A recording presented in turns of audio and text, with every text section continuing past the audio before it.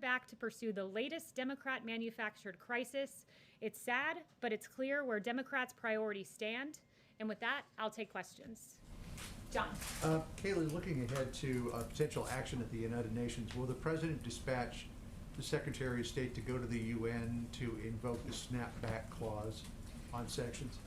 Yeah, so I have no announcements and I won't get ahead of the President, but what I will say is the President has said that he will be willing to invoke the snapback option soon, and I'll leave that to him. Yes. Kayleigh, the President said this week, the only way we lose this election is if the election is rigged. It begs the question, does the President believe there's any circumstance under which he could lose the election fairly? The President believes he's done a great job for the American people, and he believes that will show in November. He believes that voter fraud is real, in line with what we see all across the country, particularly with mail-in ballots, which are prone to fraud. Yes. Thanks very much, Kayleigh. Two questions for you. Firstly, given the President's tweet on Goodyear and lashing out at them, is the Beast still going to be using Goodyear tires? I'm not going to comment on security matters. Okay, and then I want to follow up with a question that I asked the President last week, but he didn't answer. I asked him about QAnon, so I wanted to know, have you ever heard the President talk about QAnon, and what does he think of the conspiracy theory? No, I've never heard of that. There's a lot of media focus on that, but certainly never heard of that from the President. Yes. Kayleigh, just to follow up on what my colleague said over there with regard to the President saying make sure to get out and vote because the only way we're going to lose this election is if the election is rigged. Is the President saying if he doesn't win this election that he will not accept the results unless he wins? The President has always said he'll see what happens and make a determination in the aftermath. It's the same thing he said last November. He wants a free election, a fair election, and he wants confidence in the results of the election, particularly when you have states like Nevada doing mass mail-out voting to their voting rolls. And when they tried this in the primary, it was a massive failure. Ballots were piled up in trash cans. Ballots were pinned to apartment dartboards. And with that being the system, the President wants to take a hard look at this and make sure that these are fair election results and not subject to fraud. So yes. Can you tell us if the White House has reached out to Pelosi or the Democrats to talk over the next couple of days about stimulus? Yeah, so I have no updates on the personal conversations that we've been having, but what I'll say is this, is I know the Speaker is interested in potentially a skinny bill with post office funding, but what we want here at the White House is we're certainly open to post office funding. We did, after all, offer that $10 billion that was turned down, so we're open to that, but what we want to see in there is relief for the American people who are hurt through no fault of their own. For unemployed Americans, we want to see enhanced unemployment insurance. PPP, we want to see small businesses get taken care of. That money goes directly to payroll, so to pay workers and thus keep jobs. And we're interested in seeing stimulus checks go out to the American people as well. On the post office, are you able to share if the White House is open to the $25 billion that the Democrats are proposing, or is $10 billion the cap? No, we don't have a cap. We're certainly open to looking at the $25 billion, but we want included in there relief for the American people that thus far Speaker Pelosi has been entirely uninterested in, as this President has taken unilateral action to protect Americans subject to eviction, to protect Americans who are unemployed, to protect Americans via a tax cut through payroll deferral. So this President's taken action. Still, we're waiting on a reckless Speaker Pelosi to get back and do her job. Yes. Just to follow up on that, and then I have another question. Are there other things that the President could do in the realm of the executive action to address this problem with the Postal Service to ensure that they've got sufficient funding? Is there anything that he could do to sort of fill the gap? So the post office does have sufficient funding through 2021, and they do currently have cash on hand. They've been given that $10 billion line of credit through the CARES Act, so that's important to note.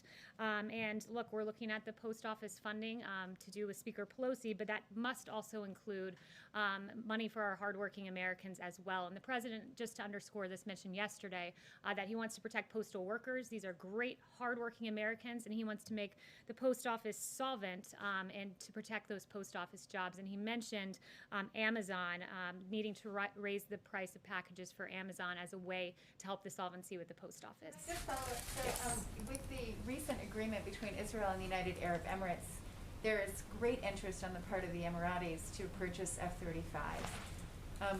What is the President's position on selling those high-end aircraft to the Emiratis at this point, and would that require congressional changes to remove the qualitative military edge that is guaranteed to Israel at this moment? So we don't confirm or comment on proposed defense sales or transfers until they're formally notified to Congress.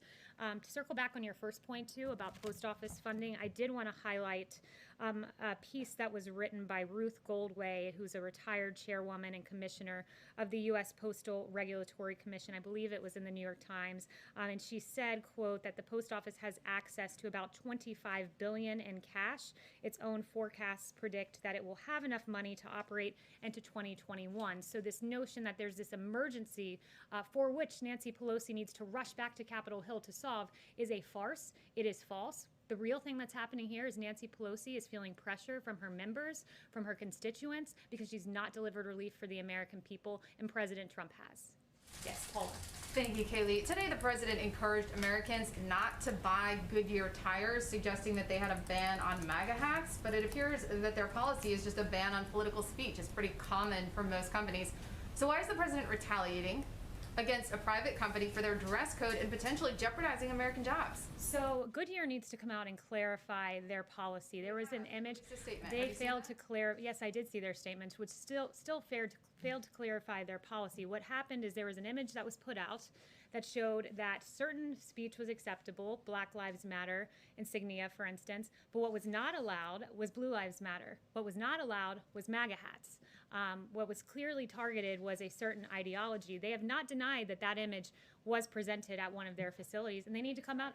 Racial equality, racial justice, that is okay, but not political speech. That's pretty standard across the board right now. That's not that unusual. Did the president even reach out to Goodyear before he They tweeted? came out and said equity issues. As far as I'm concerned, Blue Lives Matter is an equity issue. There have been police officers across this country that have been targeted because they wear the badge. Look no further than Dallas, where 5 police officers died.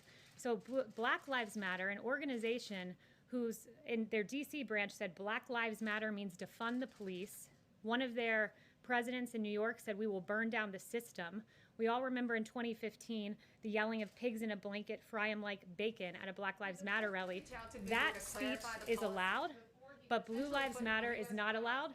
And I will stand at this podium and say Blue Lives Matter is an equity issue, and Goodyear needs to come out and acknowledge Policy that. to be worth putting Yes. American jobs at risk. Yes. Does the White House Well, so let me just address that. The reason he called for the boycott was over MAGA. MAGA is pretty much unanimous with Blue Lives Matter these days, if you've seen the endorsements. Yes. Hi, Kelly. Does the White House support rolling back those existing operational changes that Louis DeJoy has done at the Postal Service, like those mail sorting machines? He said he would pause the operational changes going forward, but do you guys support rolling back the ones that have already affected mail delivery? So the president made his position clear on this yesterday, and it is making the post office solvent via Amazon, package rates being raised. It's important to note how this works. So for letters, magazines, catalogs, the post office can only raise prices by the rate of inflation, whereas with packages and commercial freight, like Amazon, they can raise those competitive prices. And the Postmaster General Louis DeJoy has proposed doing just that because we don't believe that Amazon should be able to push expensive packages to the post office and burden them further when they've already had issues with funding and push it there, but yet take advantage of the cheaper shipping. It's a business model that works for Amazon, but it's not one that works for the American people, and clearly not one that works for the post office. What about the specific operational changes? The president's made clear that Amazon, he thinks that's the best way to go, and I'll let him answer any further on that. Yes. Thanks, Kayleigh. The president last night congratulated Laura Loomer for her primary win in Florida. He's also backed Marjorie Taylor Greene in Georgia. Both women have expressed anti-Muslim sentiments. Does the president endorse their views of Muslims, and does he believe that those views belong in Congress? Well, the president routinely congratulates people who officially get the Republican nomination for Congress, so he does that as a matter of course. He hasn't done a deep dive into the statements by these 2 particular women. I don't know if he's even seen that, but he supports the Muslim community. He supports the community of faith more broadly in this country. Yes. Thank you, Katie. The president said that cost has been a consideration in selecting the White House as the location for his acceptance speech on next week. And I'm wondering if cost, in terms of keeping costs down for security purposes, is a consideration when he's selecting when to travel to his homes in Florida and New Jersey. Look, the president made clear that he wants to look at cost with regard to the convention. He always tries to, but the president is entitled at times to leave the White House, and he's done that just like every past president has. Yes. Thank you, Kayleigh. Can you confirm that the U.S.-China trade deal phase 1 talks with Ambassador Lighthizer are still on track? And if so, do you have a date for those? Yeah, so the trade representatives do speak, and the president has expressed his displeasure with China with regard to COVID and the pandemic. I don't have a date for any official talks, but it is safe to say, should they continue, it would be between the trade representatives. Yes. Kayleigh, back to Goodyear for a second. Set the issue of the beast aside. When the president says don't buy Goodyear tires, get better tires for far less, is he imploring that to his supporters? Or is that the official policy of the U.S. federal government that the president is directing, saying, do not buy Goodyear tires going forward? The president was talking to his supporters when he tweeted that in particular. And look, this president will never apologize for standing with law enforcement. He won't. He thinks it's unacceptable. If you can wear a Black Lives Matter hat, guess what? You should be able to wear a Blue Lives Matter one too, particularly when our police officers are targeted like they were in Dallas, particularly when David Dorn lost his life amid these riots. He will always stand against our police officers and Blue Lives Matter for some reason not being an equity issue, as Goodyear appears to maintain. So for all the fleets out there that have Goodyear tires on them that inevitably need to be replaced, that is fine. Go ahead and purchase. I haven't spoken to him about that in particular. You can ask him later in the 5 p.m. hour. Yes, good enough. Thank you, Kayleigh. As the White House continues to spearhead its vision and its victories for Middle East peace, what commitments does the White House hope to establish with the visit of the Prime Minister from Iraq tomorrow? Yeah, so that visit, we're very much looking forward to that tomorrow. The president looks forward to welcoming Prime Minister Kadami to the White House. The U.S.-Iraq strategic partnership is based upon a common goal for a stable, secure, and prosperous Middle East, and Iraq is a key partner to the U.S. on a range of regional security issues, including the enduring defeat of ISIS. So all of those matters will be discussed tomorrow. Yes, John? The president has been very bullish on the potential of convalescent plasma. And it appeared as though the FDA was poised to issue an emergency use authorization for convalescent plasma. But a number of the president's top advisors in the medical field, including Drs. Collins and Fauci, said, let's put a hold on the EUA. It's too early. We don't yet know about the true efficacy of convalescent plasma. Does the president agree with putting off the emergency use authorization, or is he of a different mind of it? Yeah, so I haven't spoken to the president about that particular EUA.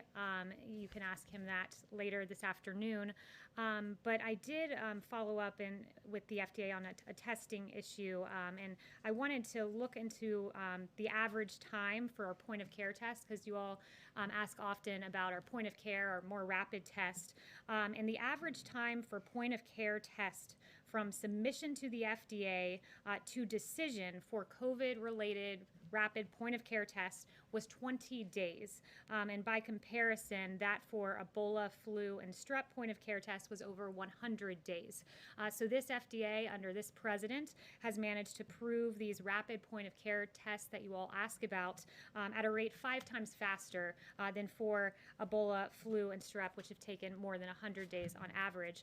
And just before I walked out here, Attorney General Barr announced some very good new news. Last week, of course, we learned that the suspected killer of Legend Taliaferro was charged, which was very encouraging to see. Operation Legend was, of course, named after Legend Taliaferro, the 4-year-old boy who was shot and killed in his bed. This has been going on for 6 weeks. There have been 1,000 federal agents from FBI, DEA, ATF, and U.S. Marshals working side by side with state and local authorities. Operation Legend is a very good example of cooperation in action, which is a sharp contrast to those who merely express empty sentiments or worse, hold blatant disregard for the unacceptable violence in our cities, of which many children have fallen victim to. The president cares. The president wants law and order restored. He wants peace in our streets. So this president took action. And today, the Attorney General can announce under the leadership of this president that federal agents have made over 1,000 arrests as part of Operation Legend. Many of these arrests are for violent state crimes, including 90 homicides. And as AG Barr notes, that means 90 killers would still be on the streets today without the law and order actions of President Trump. And as the mother of Legend Taliaferro said, she said, quote, "My one and only child who fought through open heart surgery at 4 months is gone due to senseless gun violence. Children are supposed to be our future, and our 4-year-old son did not even make it to kindergarten. I stand here today as a mother fighting against violence for my son, Legend Taliaferro. My family and I support Operation Legend, and we strongly want our communities and everyone else behind us." Today, Legend Taliaferro was once again honored by the actions of Operation Legend, and we can thank President Trump and the work of Attorney General Barr for that great news. Thank you all very much. The President will be back here in the 5 p.m. hour. Will the President do something about bounties on American soldiers?